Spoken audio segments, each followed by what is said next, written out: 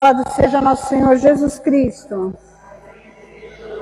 Nesse segundo domingo da Páscoa, nós vamos rezar pela saúde da dona Valdemira Soares da Mota, Diana Paula Araújo, Fátima Rosária Sartori, pela saúde do José Petrone, da Amanda Costa, da dona Maria de Lourdes de Oliveira, da Mércia Oquilas, da Cidinha Pescadora, do seu João Bernardo Versosa, da Florisbela Versosa, do Alcides Francisco Silva, do seu José Aparecido Rocha. Vamos rezar também pela alma do Seclerbe Vitorino e também da dona Eulália Rincon. Só lembrar que na hora do credo todos têm que ter a folhinha para rezar no credo constantinopolitano, para já ir decorando por ano que vem, que completa 1700 anos do Concílio de Nicéia. Vamos ficar de pé, nós vamos fazer as preces. A cada prece nós vamos responder: mostrai-nos, Senhor, o vosso amor. Todos. Mostrai-nos, Senhor, vosso amor. Ajudai, Senhor, a vossa igreja a caminhar neste mundo, sempre testemunhando a ressurreição de Jesus Cristo e a iluminar o coração da humanidade pela palavra do Evangelho e pela caridade fraterna. Rezemos ao Senhor. Mostrai-nos, Senhor, o vosso amor. Iluminai, Senhor, os bispos do Brasil, reunidos em Assembleia Geral, para que a força do Espírito Santo os conduza em seus trabalhos, reflexões e decisões. Rezemos ao Senhor. Iluminai, Senhor, os catequistas, missionários e evangelizadores, para que, conhecendo o coração de Jesus e reconhecendo sua presença atuante em nosso meio, possam testemunhá-lo, cheios de esperança e alegria. Rezemos ao Senhor. Guiai, Senhor, o coração dos que foram batizados nesta Páscoa e dai força aos seus padrinhos, para que brilhe em suas vidas a beleza da renovação que o batismo neles realizou. Rezemos ao Senhor. Ó Pai, atendei aos pedidos que na humildade e confiança colocamos diante do vosso altar, por Cristo nosso Senhor. Vamos cantar.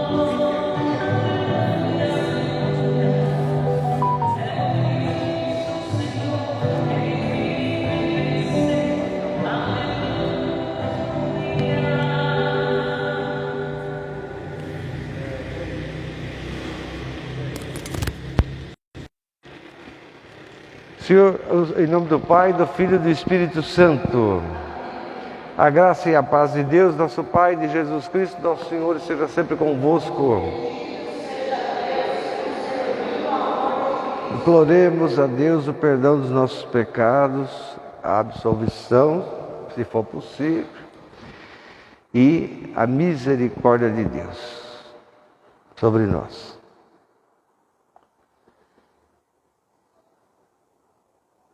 Senhor, tende piedade de nós. Cristo, tende piedade de nós. Senhor, tende piedade de nós.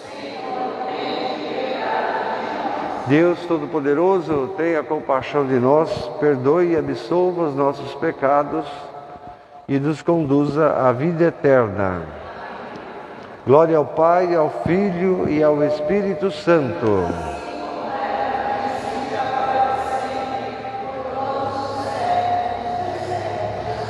Estamos rezando essa missa também em favor, de memória, né? Porque ela morreu ontem, fiquei sabendo ontem.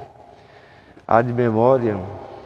Não é sétimo dia, então é ad memória, para a memória, em latim. Quando é sétimo dia é in memória. Pela alma da dona Eulália, aqui da Santo Alexandre aqui. A mãe do Ednilson, que mora em frente ao Zé, ali na esquininha ali. Mãe do Ednilson, dona Eulália. Morreu. Também vamos rezar em memória, agora é em memória, pela alma de Júlia Moura Barca, uma menininha de 9 anos, né? Que morreu tragicamente, uma desgraça, né? Um sofrimento muito grande. O pai é da polícia militar. Tivemos aqui um encontro, veio muita gente, a polícia inteira participou, né, os colegas. Né? Você lembra daquela missa daquele policial? Tinha um monte de gente. Lembrar, né? Sofrimento, né? Não se supera essas coisas, né, gente? Menina tão nova realmente. Júlia Moreira Barca. Também rezar, lembrar em memória da alma do seu Domingos Gonçalves, da dona Teresa Caldas, né? Saudade deles. Também rezar pela alma de Elza Aparecida Hernandes. Rezar em favor da Amanda, da nossa igreja aqui, do José Eduardo Camilo, em favor da Elizabeth Hernandes dos Santos, que é uma enfermeira também, rezar por ela. Trabalha no Hospital de Ermelino. E também rezar pelo pai do Marcelo, né? Os dois estão com dengue? Misericórdia. Eu sei que o pai, o Nelson, né? O seu Nelson Antônio Gonçalves, eu sei que ele, foi para a UTI, vocês acreditam? Foi parar na UTI. Agora parece que está na semi-UTI, né? Mas não é brincadeira. Então rezar por ele, em favor dele, que Deus ajude ele, a família, né? Todo mundo, né? Essas são algumas intenções que me falaram, se me deram, às vezes a pessoa me fala. Rezar por essas pessoas, né? Oremos. Exulte sempre o povo de Deus com uma renovada juventude de alma, de modo que, alegando-se agora por ver restituído, através da ressurreição de Jesus, a vitória sobre a morte, a glória de ser filho de Deus, aguardemos o dia da ressurreição na esperança da felicidade eterna. Por nosso Senhor Jesus Cristo, vosso Filho, que é Deus convosco na unidade do Espírito Santo. Amém.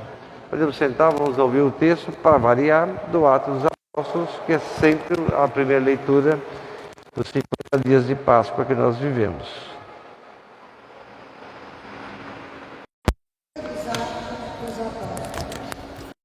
Naqueles dias, Pedro se dirigiu ao povo dizendo: Ó Deus de Abraão, de Isaque, de Jacó, o Deus de nossos antepassados, glorificou o seu servo Jesus. Vós o entregastes e o rejeitastes diante de Pilatos que estava decidido a soltá-lo. Vós rejeitastes o santo e o justo, e pedistes a libertação para um assassino.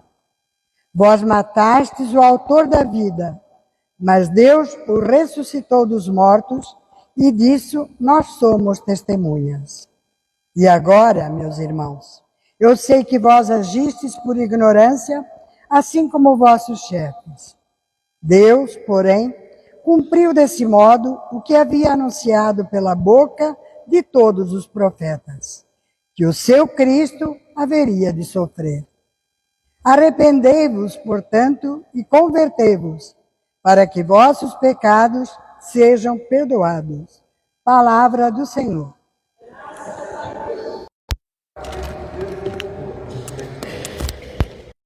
Ele é o primeiro milagre que ele faz, vocês sabem, né? Tem um cara lá na rua, ele cura a pessoa. Mas depois que ele cura, ele fala essas palavras aqui. Olha a consciência dele, como mudou. Ele tem consciência plena da ressurreição de Jesus. A ressurreição de Jesus é um fato, é uma realidade. E diz para as pessoas todas, vocês têm que mudar de vida. Vocês têm que compreender isso. Quem quer ser salvo tem que crer na ressurreição de Jesus. Porque Pedro é testemunha da ressurreição. Então, ele descreve, né, todo o processo que aconteceu com Jesus. Você veja que a fé cristã, judaica, muçulmana, a fé, ela não é uma admiração. A fé é uma coisa real mesmo. Aconteceu isso, né? Aconteceram esses fatos, né? Então é a partir dos fatos, né? Então que se professa a fé. Pedro ele vai mudando, né? Ele muda mesmo. E a cabeça dele vai mudando mesmo. E é assim que tem que ser mesmo. Faça brilhar então, Senhor, também para nós, a luz da tua face. Quando eu te invocar, Senhor, ouvi-me. O Senhor é o Deus da justiça. Vós que na tribulação, em meio às adversidades desse mundo, o Senhor tem de certa forma me protegido. Compadecei-vos de mim. Ouvi a minha súplica. Saiba que o Senhor sempre faz coisas boas para nós. O Senhor sempre. E eu daqui, diz o salmista, dou testemunho. Toda vez que eu precisei de Deus, Deus me atendeu. Mas infelizmente, muitas pessoas desse mundo ficam buscando uma felicidade que não existe. Muitos dizem, quem é capaz de trazer felicidade para nós? Faça brilhar sobre nós, Senhor, a luz da tua face, sobretudo para essas pessoas desiludidas, né? Em paz me deito e eu adormeço com tranquilidade. Porque eu sei que Deus é, na verdade, a segurança da minha alma. Glória ao Pai, ao Filho e ao Espírito Santo. Sempre, por todos os séculos dos séculos. Amém. Vamos, por favor, São João.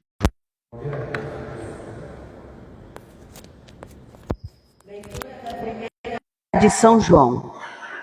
Meus filhinhos, escrevo isto para que não pequeis. No entanto, se alguém pecar, temos junto o Pai um defensor, Jesus Cristo, o justo. Ele é a vítima de expiação pelos nossos pecados, e não só pelos nossos, mas também pelos pecados do mundo inteiro. Para saber que o conhecemos, vejamos se guardamos os seus mandamentos. Quem diz, eu conheço a Deus, mas não guarda os seus mandamentos, é mentiroso e a verdade não está nele. Naquele, porém, que guarda a sua palavra, o amor de Deus é plenamente realizado. Palavra do Senhor.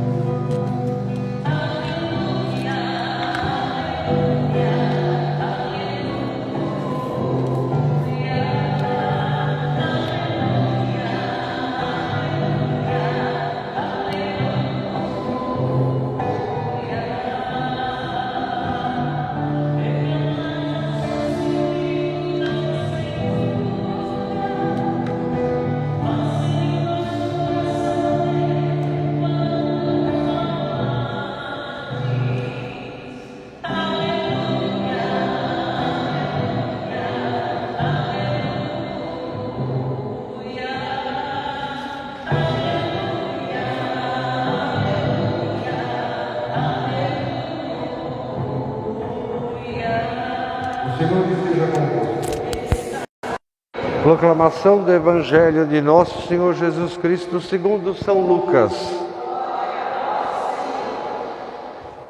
Naquele tempo, os discípulos de Emaús voltaram lá para Jerusalém e contaram tudo o que tinha acontecido com eles no caminho e de como eles haviam reconhecido Jesus quando participaram da missa, participaram da fração do pão com ele. Enquanto eles contavam esse episódio que aconteceu, o próprio Jesus em Jerusalém apresentou-se no meio deles e disse: "A paz esteja convosco." Todo mundo ficou mais espantado ainda e com mais medo ainda, porque julgavam que era um fantasma.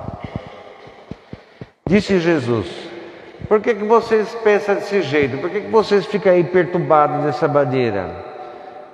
Por que vocês estão com esses pensamentos aí dentro de vocês? Veja aqui a minha mão." De novo, "Veja aqui a minha mão, veja os meus pés, veja o meu lado. Quem quiser vir aqui pode tocar, não tem problema. Fantasma não tem carne nem osso. Eu tenho." Então, de novo, dito isso, ele mostrou as mãos e os pés. E como eles, na sua alegria e admiração, ainda assim não queriam acreditar, perguntou-lhes: "Tem alguma coisa para comer aí? Tem um peixinho frito aí para comer?"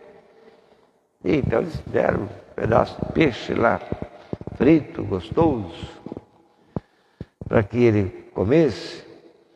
E ele partilhou tudo, comeram juntos. Depois disse para eles: "Foram essas palavras que eu disse para vocês, que quando ainda eu estava com vocês, caminhando com vocês. Não adianta, tem que se cumprir tudo o que está escrito a meu respeito, na lei de Moisés, dos profetas, nos salmos." Abriu-lhes então Jesus o entendimento, para que compreendesse a Sagrada Escritura, a Escritura, e disse: "Assim está escrito que o Messias," eu disse isso para vocês várias vezes, "assim está escrito que o Messias tinha que sofrer e ressuscitar dos mortos no terceiro dia, que ia ser pregado na cruz e tudo isso provocaria o perdão dos pecados a todas as nações, começando por vocês, por Jerusalém. Não se esqueçam, vocês são testemunhas de tudo isso que aconteceu." Palavra da salvação. beleza, hein? Um peixinho frito sempre vai bem. Pode sentar aí, vamos sentar um minuto. Evangelho de hoje, gostaria de ser rápido, na verdade. O Evangelho de hoje nos oferece uma reflexão sobre os discípulos de Emaús. A versão de São Lucas, né? Sobre os discípulos de Emaús. Aqui já aconteceu todo aquele encontro, aquele bate-papo todo. Eles iam fugir, estavam fugindo. Depois do encontro com Jesus, eles voltam 12 quilômetros, voltam tudo para trás. Volta para Jerusalém, com muita coragem, é lógico, né? Porque a situação ainda não é boa para quem acompanhava Jesus. O medo era muito grande, a violência era muito grande. É interessante, Marcos, que é o evangelho primeiro escrito, a partir da reflexão de Paulo, Marcos não entra em detalhes para essa história de Emaús. Cita Emaús, mas Marcos é um evangelista muito crítico, né? É o primeiro, né, que escreveu. Ele é muito crítico. E ele cita Emaús para mostrar a dificuldade que mesmo quem convivia ali de perto com Jesus teve, essa incapacidade. Marcos diz lá no capítulo 16, os discípulos de Emaús voltaram então para Jerusalém para anunciar para os outros que ficaram lá escondidos. Mas nem eles falando, eles acreditaram. Então Marcos é muito ácido. Marcos é o evangelista que mais critica os apóstolos. É o que mais critica. Critica mesmo. Critica os apóstolos, critica os outros, critica todo mundo. Todo mundo.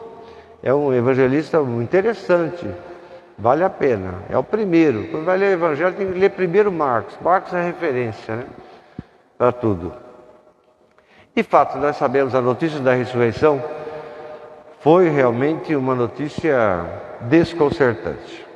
Foi uma notícia que mudou completamente a vida, a história, a maneira de pensar, tudo. E até hoje a gente tem dificuldade de entender, de assimilar o significado da ressurreição de Jesus. O que é impressionante é isso, essa incapacidade dos discípulos, no primeiro momento, lógico, de não reconhecerem Jesus. Todos parecem ter isso, essa incapacidade, mesmo que tenha convivido com ele. Mas se você parar para pensar mesmo, talvez os evangelhos ressaltem bastante essa incapacidade, que não é falta de fé, mas essa incapacidade, porque isso deve ser importante na nossa vida da fé, na nossa caminhada de fé, essa incapacidade. Acho que é por isso que eles destacam muito isso, né? Não é para xingar nada, não é para detonar com ninguém, mas é lembrar os futuros cristãos, porque eles, quando escrevem o Evangelho, é 50, 60, 80 anos depois. Os futuros cristãos, os que creem em Jesus, explicar para eles. Tem dificuldades, as dificuldades existem, né? Na caminhada da fé. Não é tudo maravilha, não. Tem dificuldade. Então esse é um detalhe muito importante, porque para crer é preciso superar, vencer a densidade espessa da realidade, dos sistemas e da cultura que a gente está vivendo. Que se vive. Estamos mergulhados num balaio cultural, realmente, de verdade. É um esforço que a gente tem que fazer, os evangelistas ensinam. Todo mundo que conviveu com Jesus teve que fazer isso. Não é uma brincadeira. Tem coisa que está arraigada dentro da gente, que é fruto da cultura que a gente vive. Está arraigado lá dentro. Violência, né? Tem muita coisa, certos pensamentos, né? Estão arraigados dentro da gente. E a gente tem que superar isso. Tem que vencer esse tipo de coisa, né? que segundo os evangelhos, a Bíblia, é só a ressurreição que pode fazer a gente superar e ter criar esse relacionamento, né, diferente, né, com o mundo. Jesus ressuscitado, ele faz de tudo nas suas aparições para que os apóstolos e discípulos acreditem nele. Ele faz de tudo. Tudo é surpreendente. A surpresa parece fazer parte da estratégia, né, de Jesus, que não é novidade nenhuma. Isso no Antigo Testamento, Deus, a surpresa que Deus causa são gigantescas, né? A surpresa, você pensa que tudo acabou, que o mundo acabou, de repente, né, Deus vai lá e pá, muda tudo. Você tem que, né, refazer tudo, né? Jesus não ele pratica isso, ele usa isso, mas nós sabemos que isso já é uma coisa típica de Deus mesmo. Deus é sempre assim. Veja Jesus, ele aparece de diversas maneiras, né? Uma hora ele é uma pessoa comum, está lá, usa, ele aparece lá, vai caminhando. É uma pessoa comum, embora o corpo dele seja ele mesmo, né? Há uma cegueira ali, né? Há uma cegueira, interessante. Isso é importante, e talvez isso seja muito importante nas narrativas da Páscoa e no tempo da Páscoa, refletir muito sobre isso, né? Essa maneira surpreendente de Jesus fazer a gente retomar o processo da fé. Uma hora ele é uma pessoa comum, outra hora ele chama o Tomé para tocar nele, outra hora ele está falando dessas coisas. E Lucas é mais surpreendente. Além de tudo isso, Lucas relata esse episódio do peixe. Jesus pediu, tem um peixinho frito aí, vamos lá, vamos comer. Tem uma tilápiazinha, boa, vamos lá. Porque comer um peixe frito é um espetáculo, um peixe bem feito é uma maravilha. Mas ele faz tudo isso, ele é surpreendente, porque, que eu saiba, no Antigo Testamento, Deus nunca pediu peixe para ninguém. Que eu saiba. Não pediu para Moisés, eu não vi, não tem. Nem para os patriarcas, nenhum, né? Não tem um peixinho, não tem. Os juízes, então, nem se fala, os profetas também não tem. Jesus é mais surpreendente mesmo, né? É um peixinho frito, mas ele faz isso para mostrar que ele não é qualquer coisa, que a ressurreição é um fato, né? O corpo de Jesus ressuscitado é igual, idêntico a ele mesmo. É interessante isso, ele não muda. Tem religiões e crenças, né? O hinduísmo, por exemplo, né? Indiano, prega a mudança, né? Você morre, vai para não sei para onde, faz um cursinho lá em cima e depois você volta como qualquer outra coisa, menos gente às vezes, né? Pode voltar como gente, mas não igual. Pode voltar uma planta, um cachorro, uma barata, um besouro, uma onça, uma jararaca, uma cascavel. Pode voltar como qualquer coisa. Não é assim com Jesus. Interessante. Jesus morre, é pregado na cruz, todo mundo viu aquilo, todo mundo foi testemunha daquilo, é enterrado, sepultado. E quando ele aparece, quando ele ressuscita, é ele mesmo. Esse é o estranho. Como é que você não reconhece uma pessoa que você conviveu a vida inteira? É por isso que toda hora tem que ficar mostrando, olha aqui, olha aqui, olha aqui, tem que ficar toda hora, né? Mostrando que a incredulidade não é própria de Tomé, parece que é de todo mundo mesmo, né? Então, o detalhe é o seguinte: o corpo permanece igual,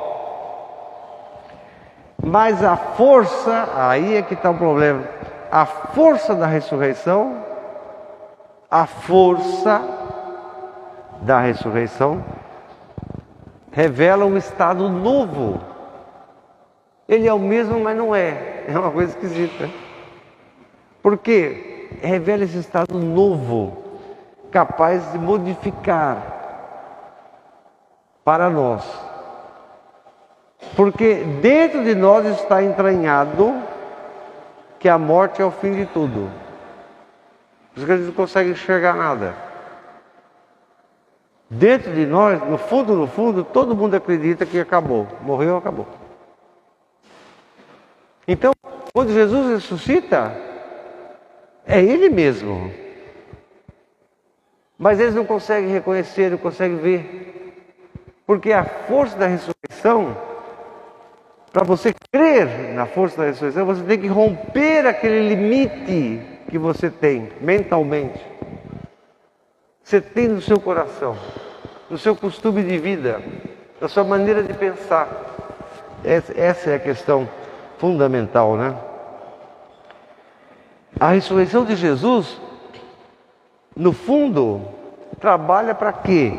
Trabalha em favor da igreja, de uma comunidade, que aliás ele falou sempre, né?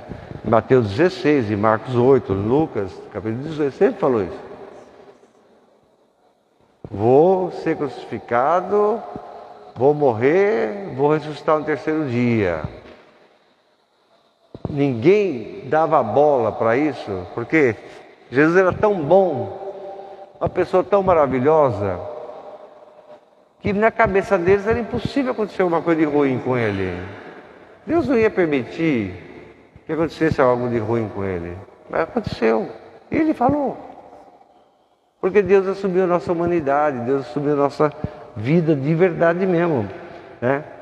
Então Jesus, as aparições de Jesus mostram essa intenção dele de juntar a comunidade, juntar as pessoas, ser igreja.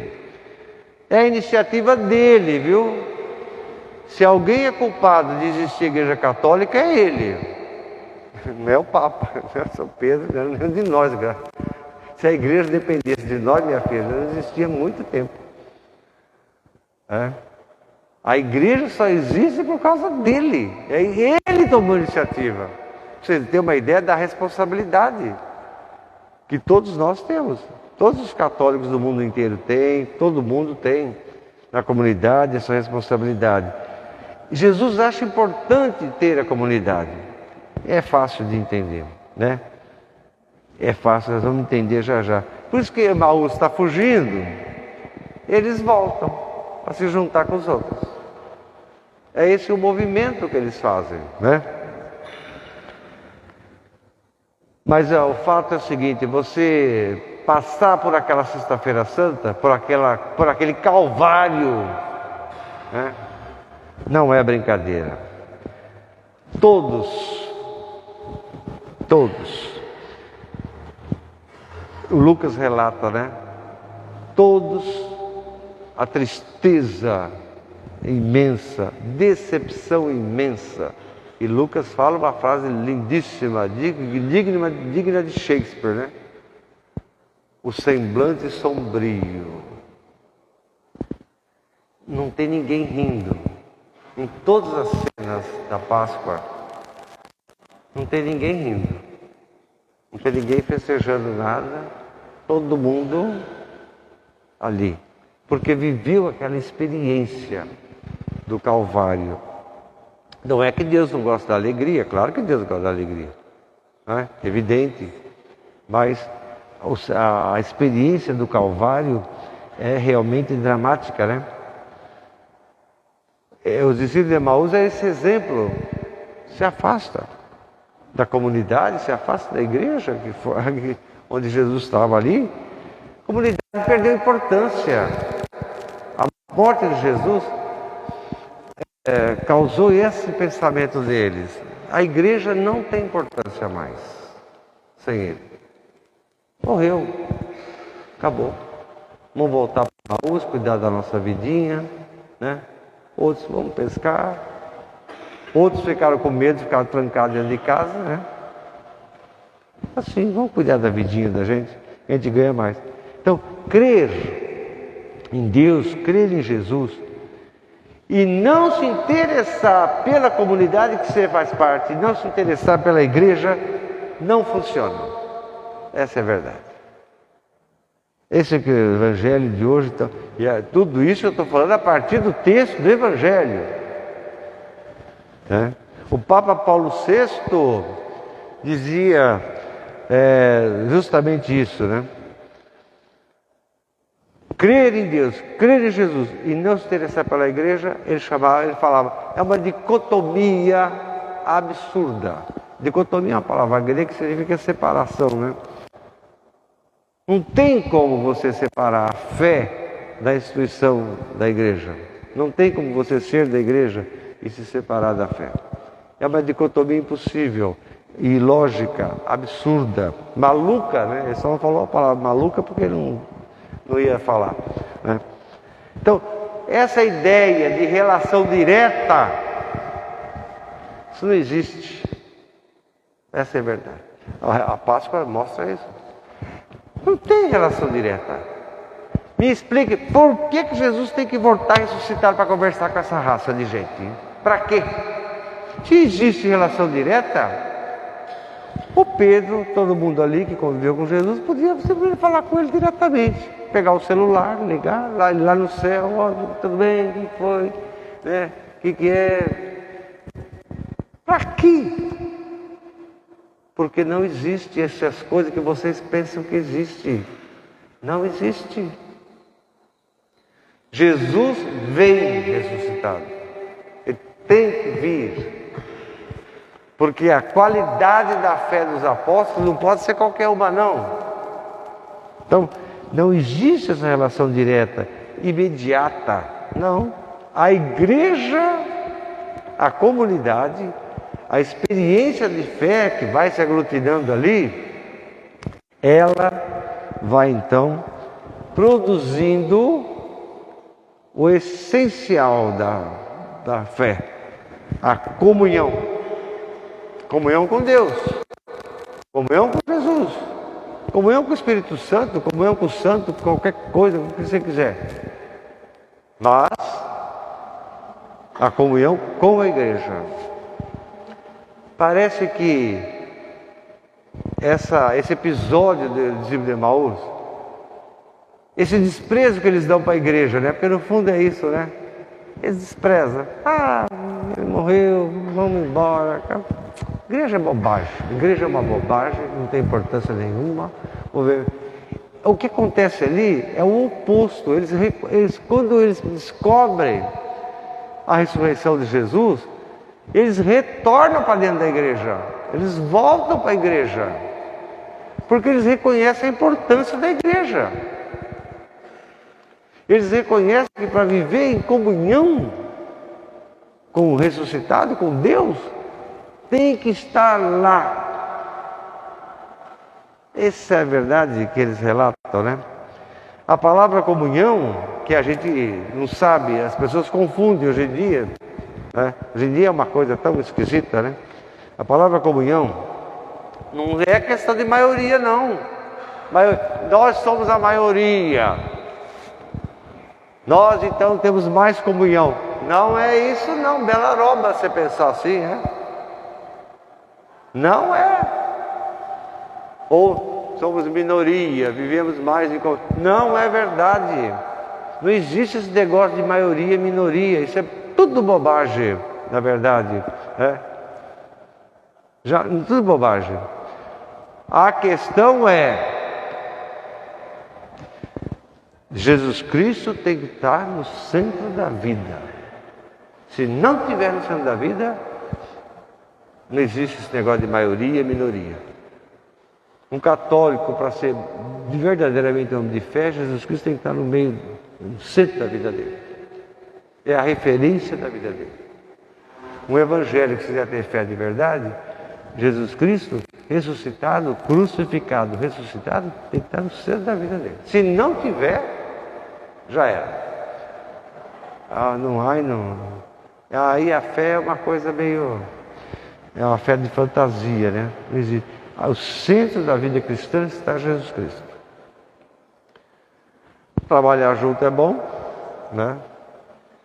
Mas o que fortalece a comunhão, que é o que Emaús ensina, é o esforço que eles fazem de voltar tudo para lá, para Jerusalém, e encontrar com os outros, rezar com os outros, contar a experiência com o outro, conviver com o outro em comunidade. Imagina o que aconteceria se, depois de tudo aquilo, no episódio de Emaús, eles falassem: vamos largar de mão Jerusalém, vamos continuar nosso caminho aqui, vamos lá para casa, lavar a nossa roupa, cuidar dos lixos, da janta, do almoço, né? Não tinha nada, não existiria nada. Eles não teriam fé, perderiam a fé. O descaso com a igreja é um assinte para Deus, é um desrespeito a Deus, é um desrespeito a Jesus, ressuscitado, morto e ressuscitado, porque Deus resolve morrer para te salvar. Esse é o problema, né? Deus criou um problemão. Então é melhor você não ter fé nenhuma, viu? É melhor você abandona tudo mesmo e vira qualquer coisa aí, porque o problema, na verdade, é esse. A salvação só vem por causa dessa decisão que Ele tomou. E a gente não pode deixar de lado isso.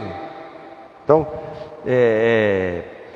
não ter, dizer que tem comunhão, que acredita, mas não ter essa coisa da convivência, do rezar junto, de conviver junto, é uma calamidade. Nós sabemos disso, é todo.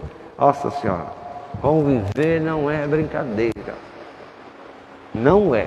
Nós sabemos ter um caminhão de problemas assim, para conviver junto. Nós sabemos. Então, às vezes, a gente olha o caminhão de problema e a gente não se empenha para viver de verdade mesmo, né? Viver de verdade. Não criar divisão na igreja. Não criar facção. Quem está em facção, a igreja não é facção. Quem está numa facção é cúmplice um do outro. Ninguém gosta de ninguém, viu? Você sabe disso. Esses criminosos, milícia eles pensam que eles gostam do outro, não, eles não gostam não. Um quer matar o outro o mais rápido possível, né? Todo mundo se odeia, mas eles são cúmplices. Quando tem que estourar uma bomba, explodir uma bomba lá na ponte, lá não sei na onde, eles são cúmplices, porque o objetivo deles é aquele lá. Tanto é que vocês vejam, né, a quantidade de assassinato que tem. O cara é chefão de não sei das quantas, morre lá não sei aonde, o outro é não sei o quê. Ninguém gosta de ninguém. Cumplicidade não quer dizer que você vive em comunhão, né? Não quer dizer que você vive em comunhão, né? Nós vivemos, a nossa fé tem que colaborar. Colaboração é diferente de cumplicidade. Colaboração, você é casado, tem sua mulher, tem seus filhos. Então, a cumplicidade não pode existir, não, né? Se você não tiver na cabeça assim, eu colaboro aqui, sou um colaborador. Por quê? Porque eu quero a minha família bem, quero meus filhos bem, quero isso, aquilo, que se almeja coisas boas. Se não houver colaboração, meu filho, não vai. Você não consegue. A esposa a mesma coisa, os filhos a mesma coisa, os filhos têm que... Não pode, é assim. Colaboração, não é cumplicidade. Cumplicidade é coisa de bandido, marginal. Né? É colaboração. A colaboração é isso que a gente tem que ser.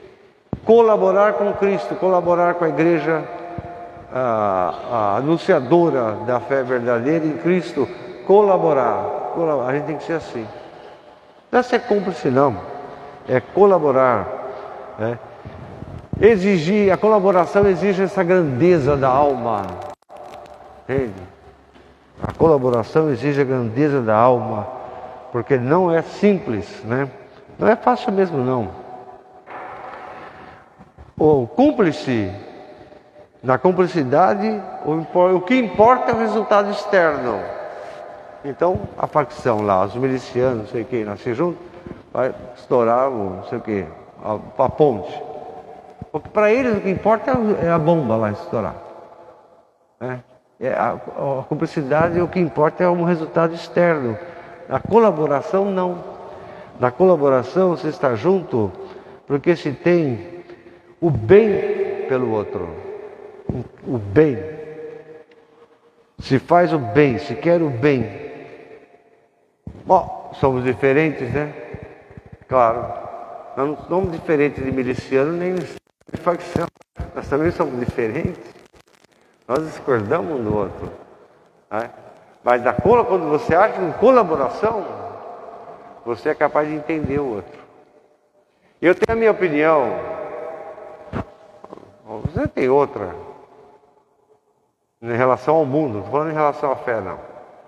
É a minha opinião, você tem a sua. Mas eu sou capaz de ouvir a sua opinião. A sua mulher tem uma opinião diferente da sua. Sua mulher não pensa igual a você. Besta de você achar que sua mulher pensa igual a você, não pensa. O seu marido não pensa igual a você. Burra de você achar que ele pensa igual. Não pensa.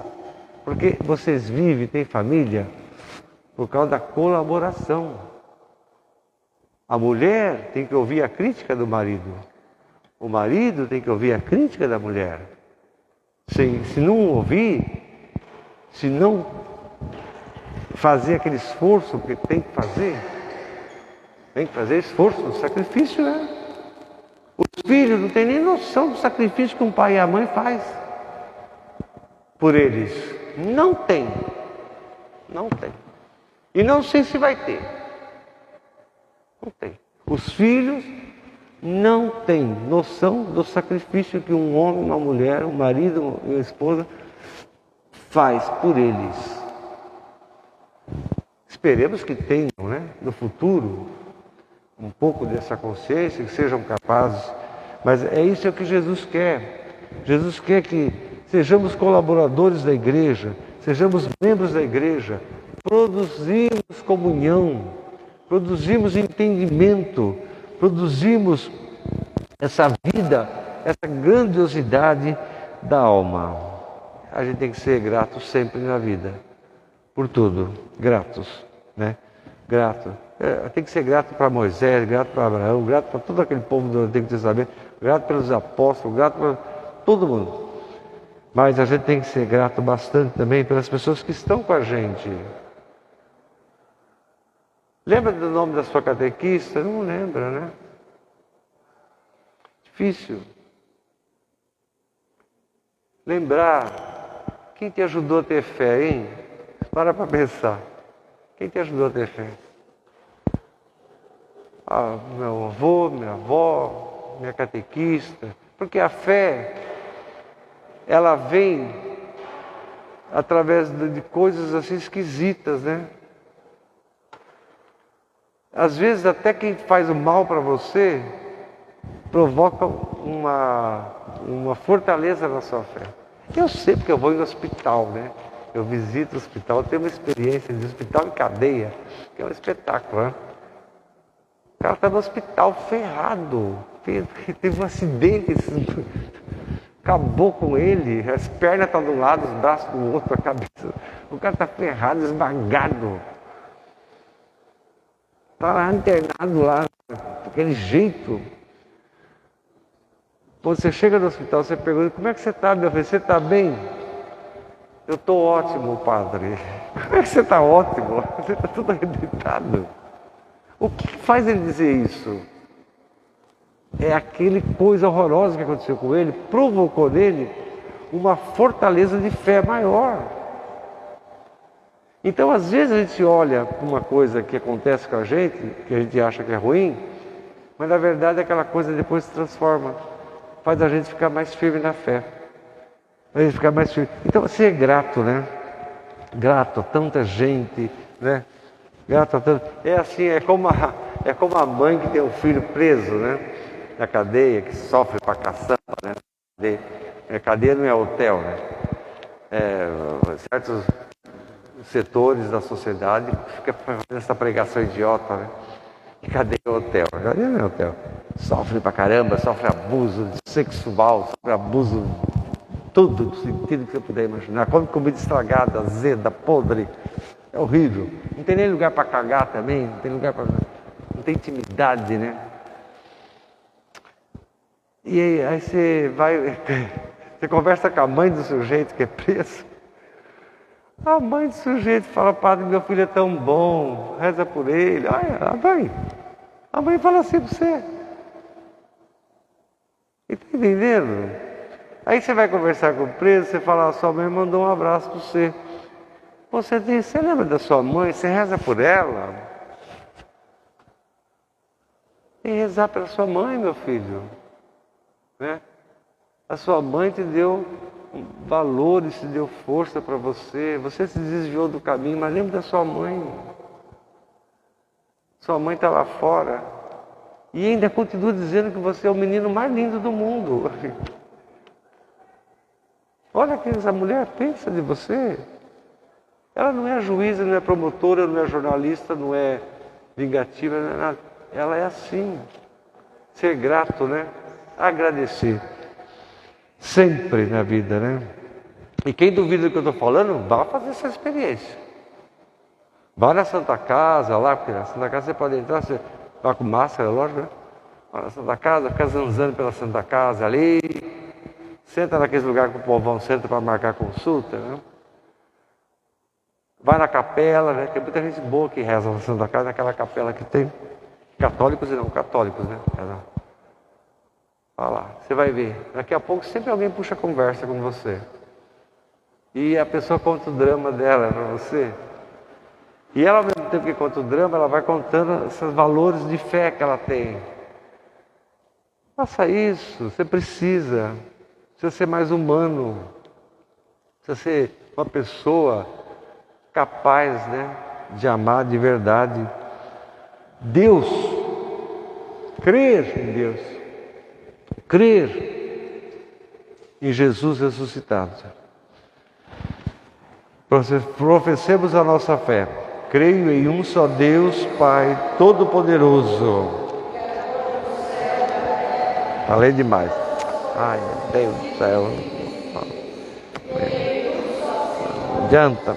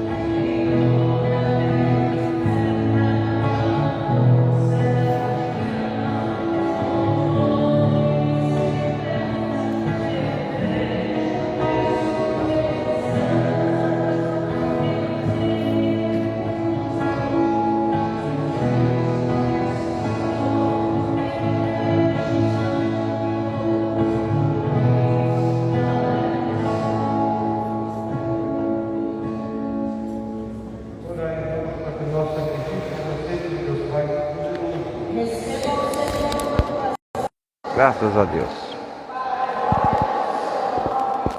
Nosso bem.